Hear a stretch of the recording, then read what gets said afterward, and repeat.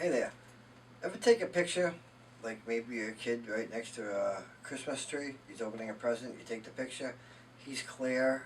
You can see him fine, but you don't see the Christmas lights. They're missing. What happened to them? Well, here's a little trick I'm going to show you on how to get all those surrounding lights and pretty lights. Alright, so this is a picture of me next to a Christmas tree, and normally when someone takes a picture of somebody near their Christmas tree, it looks like the lights are unplugged. However, the lights are plugged in, but you don't see them illuminating. The reason for this is because when you take a picture, your shutter goes too fast, and you have your flash going off to get a good exposure. But however, the shutter's not opening up long enough to cause the lights to illuminate and show up in your picture. The way to do this is you get yourself a tripod. You put the camera on the tripod and you slow your shutter speed down. You slow it down to maybe, I'd say, 1 second, 2 seconds, something like that. You still use your flash, and you ask your subject to hold still, and you take the picture. And what will happen is the flash will go off when the shutter opens up. The shutter will stay open for about a second or two, whatever you have it set for. And by having the shutter open that long, it allows the lights that are illuminating to show up in your image. Alright, so here we have a picture of me and the Christmas tree.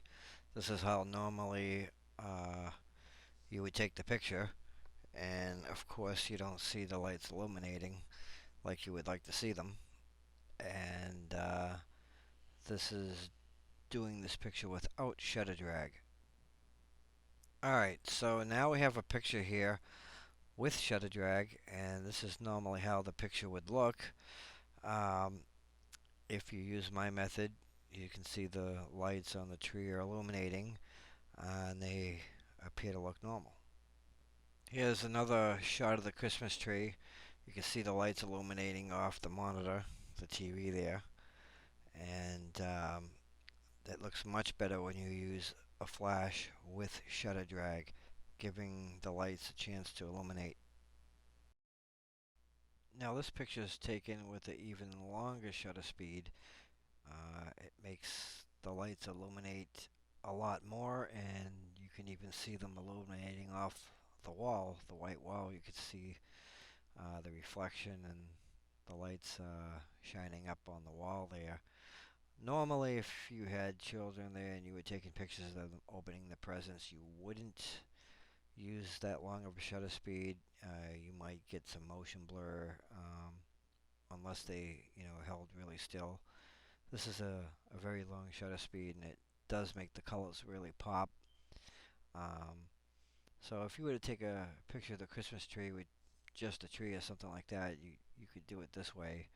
It does really illuminate the lights a lot better.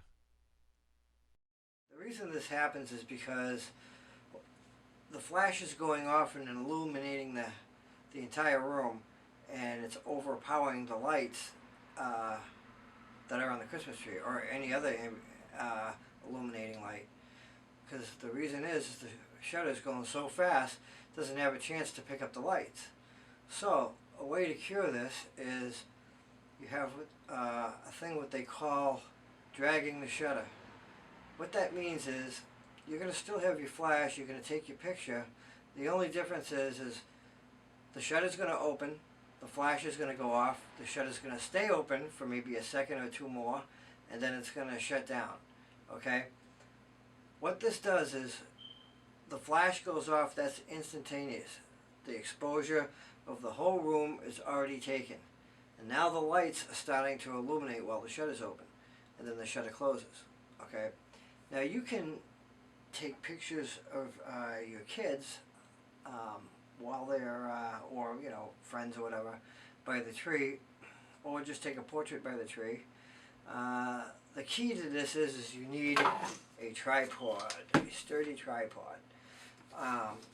The reason is because you're going to have the shutter open for a good amount of time, and so if you hold the camera, it's going to be moving, and everything is going to be fuzzy. Now you ask the question, well, if I have to use a tripod and I take a picture of my kids by the tree, aren't they going to have motion blur? Yes, they are, unless you tell them to stay still. They don't have to be completely still, and I'll tell you why.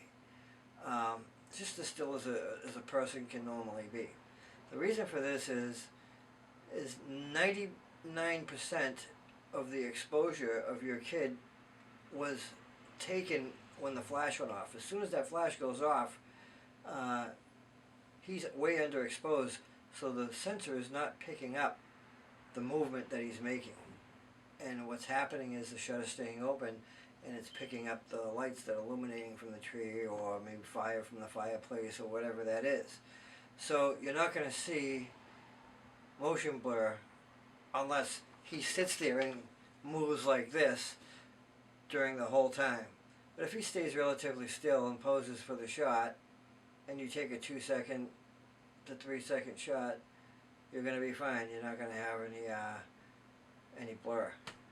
And one of the things that you're going to need, as well as a tripod, is you're going to need one of these. What this is a remote. It's a remote trigger.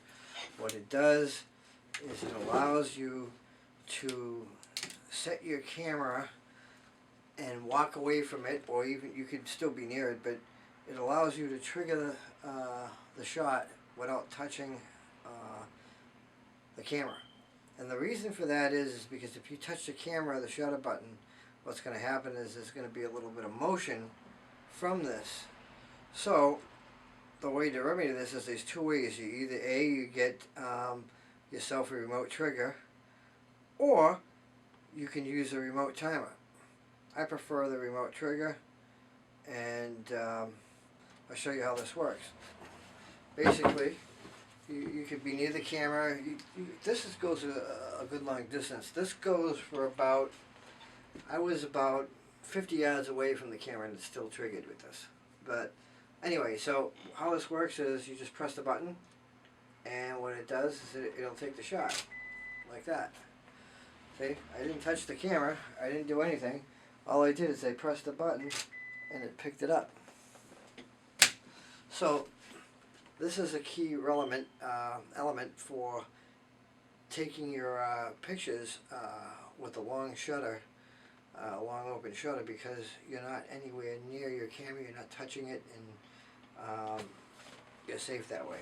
The only other way that you could do it is, like I said, is you could put the remote timer on and put it for, a couple seconds. You press the button, you walk away from it, and the camera stays still, and it takes the picture. But I prefer this because there's no waiting for the few seconds that it takes. I can just press the button, see, just like that, it's instant. So the other great thing about this is if you're taking long exposures, and you can tell your camera, at least on this camera, you can tell your camera to lift the mirror up first before it takes the picture. What this does is it prevents any vibration from the mirror flipping up. That can cause a little vibration. However, you're not going to probably be having the shutter open long enough to have that matter, but if you want to do that, that's fine.